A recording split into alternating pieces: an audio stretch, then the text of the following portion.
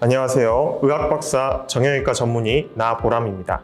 오늘은 무릎 주사에 대해서 설명을 한번 해드리도록 하겠습니다. 특히 연골 주사에 대해서 많이 들어보셨을 텐데요. 무릎 주사의 치료에 쓰이는 다양한 주사들, 지금 이 영상 꼭 끝까지 시청하세요. 첫 번째로는 많은 어르신들이 알고 계시는 주사, 바로 연골 주사입니다. 연골 주사의 성분은 우리 몸의 연부 조직을 이루고 있는 히알루론산인데요. 원래부터 우리 관절을 채우고 있어 연골 표면을 구성하고 있는 성분입니다. 쉽게 말해 무릎 안에 기름칠을 해준다고 생각하시면 됩니다. 관절이 부드럽게 움직이도록 도와주는 역할을 하는 성분인데, 연세가 드실수록 히알루론산이 몸에서 조금씩 줄어들기 시작합니다. 이걸 보충해주는 치료라고 생각하시면 됩니다. 하지만 관절염이 너무 심한 상태에서 이거를 맞아서 확 좋아질 것이냐, 이런 기대를 하는 것은 조금 어렵습니다. 다만 그 주사를 맞고 좀 부드럽더라, 좀 개운하더라, 뻑뻑한 게 줄어들었다 정도이지 날아갈 것 같이 좋아요 하는 주사는 아닙니다. 이미 망가진 연골을 재생시키는 역할을 할 수는 없는 치료라고 할 수 있어요. 네, 맞습니다. 일반적으로 흔히 하는 일주일에 3회 맞는 주사, 그게 바로 연골 주사입니다. 종종 일주일 간격을 놓쳐서 크게 걱정하시는 분이 있는데 2주일 간격으로 맞아도 상관이 없습니다. 다만 보험 기준 때문에 일주일 안에, 즉 3, 4일 만에는 맞을 수가 없게 되어 있는 주사입니다. 그리고 세 번째 주사를 맞은 이후에는 6개월 이후에 다시 3회 주사를 맞을 수가 있습니다. 연골 주사는 1세대, 2세대, 3세대 발전을 해왔습니다. 처음에 개발되었을 때, 즉 1세대 주사는 일주일에 5번 맞도록 되어 있었습니다. 그 이후에 많이 알려진 일주일에 3회 맞는 주사가 2세대 주사로 가장 많이 쓰이고 있습니다. 이후에 6개월에 한 번 맞는 3세대 주사가 나왔습니다. 이 주사들의 차이는 분자 구조의 차이로 점성의 차이가 있고, 이후에 개발된 주사일수록 더 끈적인다고 생각하시면 됩니다. 점성이 높을수록 코팅력이 좋다고 생각하시면 되겠습니다.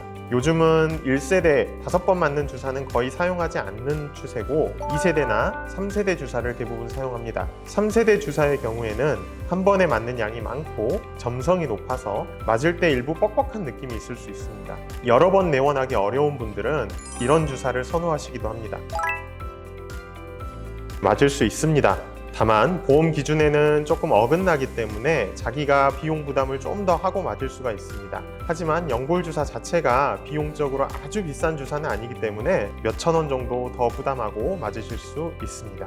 그리고 두 번째로는 연골 주사만큼 요즘은 많이 알려진 주사, DNA 주사라고 하는 주사입니다. 정확히는 PN 관절강내 주사라고 하는데, 폴리뉴클리오타이드를 집어넣은 주사입니다. 기름칠을 해주는 성분에다가 DNA 성분을 섞어서 재생력을 좋게 해준다, 이런 개념의 주사입니다. 연골 주사보다는 더 최근에 나온 주사라고 할 수 있습니다. 처음 나왔을 때는 보험 적용이 되지 않아서 비용적으로 많이 부담스러웠습니다. 20만원, 30만원 정도 했었는데 2020년 3월부터는 보험 적용이 되기 시작해서 부담이 많이 줄어들었습니다. 네, 가능합니다. 같은 날 동시에 연골 주사와 DNA 주사를 맞는 것은 안 되지만 3회 연골 주사를 맞고 6개월까지 버티기가 어려울 때 중간에 보조적인 주사로 DNA 주사를 많이 사용합니다. 총 6개월에 5번까지 DNA 주사를 맞을 수 있게 보험 적용이 가능합니다. 다만 연골 주사와는 다르게 6개월 안에 5번을 맞고 나면 내가 돈을 더 부담하더라도 추가로 맞을 수는 없게 되어 있습니다. 세 번째로 요즘 가장 핫하다고 할 수 있는 콜라겐 주사입니다. 뼈를 코팅하고 있는 무릎 연골은 주 성분이 콜라겐인데요. 무릎 연골에 콜라겐이 흡착이 될 수 있는 형태로 콜라겐을 만들어서 주사로 넣어주는 방법입니다. 무릎 안에 연골 성분인 콜라겐을 넣어주다 보니까 연골 보호 및 재생, 강화 효과가 있습니다.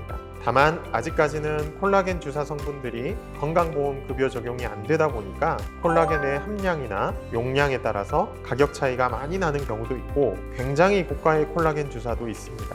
연골 주사, DNA 주사로 효과가 없을 때, 하지만 아직 수술을 고려할 정도는 아닐 때 콜라겐 주사를 시도합니다. 네 번째로 최근에 무릎 관절염으로 고통받는 환자분들을 위해 최신 치료가 허가가 났는데요. 이름하여 무릎 줄기세포 자가골수 주사라는 치료입니다. 이 치료는 영어로 BMAC이라고 하는 치료로서 본인의 뼈 중에서 줄기세포가 많은 뼈에서 줄기세포를 추출해서 이걸 농축해서 무릎 안에 다시 넣어주는 치료인데요. 뭔가 말씀만 들어도 무릎에 굉장히 좋을 것 같죠. 이러한 치료가 사실 최근에 나온 치료는 아니고 유럽이나 미국에서는 10여 년 전부터 연구가 활발하게 이루어지던 치료인데요. 우리나라에서는 최근에 신의료 기술로 허가가 났습니다. 비교적 안전하고 수술이 아니기 때문에 전신 마취를 할 필요가 없고 또 자기 자신의 줄기세포를 사용해서 넣어주기 때문에 나중에 생기는 부작용까지 없는 아주 좋은 치료라고 할 수 있습니다. 그럼 모든 환자분들에게 이 줄기세포 치료를 하시면 모두 도움이 되니까 당장 가서 받아봐야지 라고 생각하실 수 있는데요. 줄기세포 치료는